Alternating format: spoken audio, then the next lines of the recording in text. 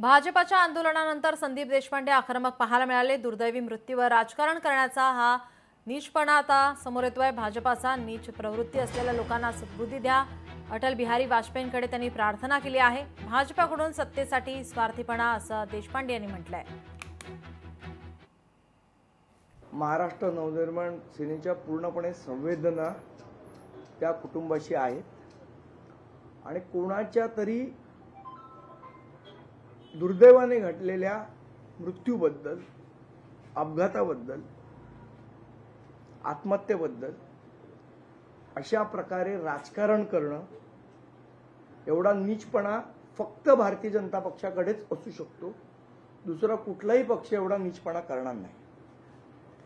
भारतीय जनता पक्षाला मुळात संवेदनाच नाहीये। कोण कोणाला सांगते सुबुद्धी दे, दुर्बुद्धी दे। जे टेलिफोनवर अधिकाऱ्यांना आई बहिणीवरनं शिव्या देतात ते जगाला सुबुद्धी द्यायचे मार्ग शिकवणार। लोकशाही मराठी ऐका, पहा, जागरूक रहा।